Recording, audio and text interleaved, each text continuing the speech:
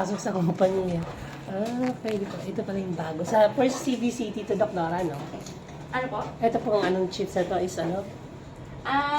Ano lang po yan, flash drive lang po na flash drive. card type. Pero flash drive pa rin po siya. Card type lang po siya.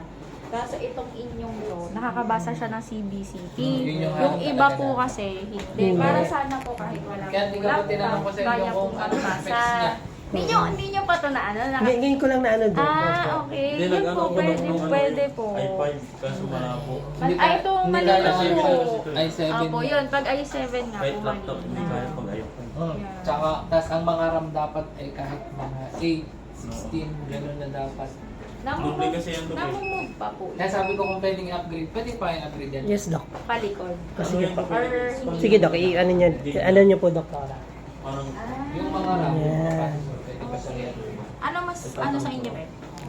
Kasi mas maganda yung gaming. Kasi yung gaming talaga, bumili kami ng pang-gaming. Kasi may mga ganitong ganyan. Pag mga Okay. CBCT, hindi talaga kayang basahin ng i5 or mababa ang specs ng laptop. Kaya yung hinanap namin, Yan, ito, para mag-explain Chinek si ko Doc muna sa din patient. yung- Mas okay kasi kita Hindi na po na doon. yan, Oo. di ba?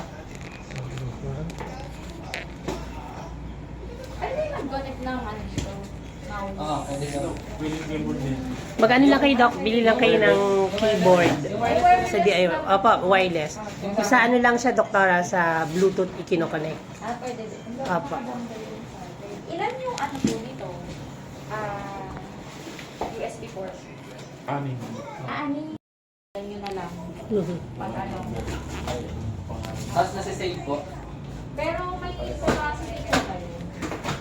Kuwari ilang pictures lang yung pwede masave, ilang patient lang. Ano, Doc? Basta yung gig niya, Doc, 512. So yun na yun.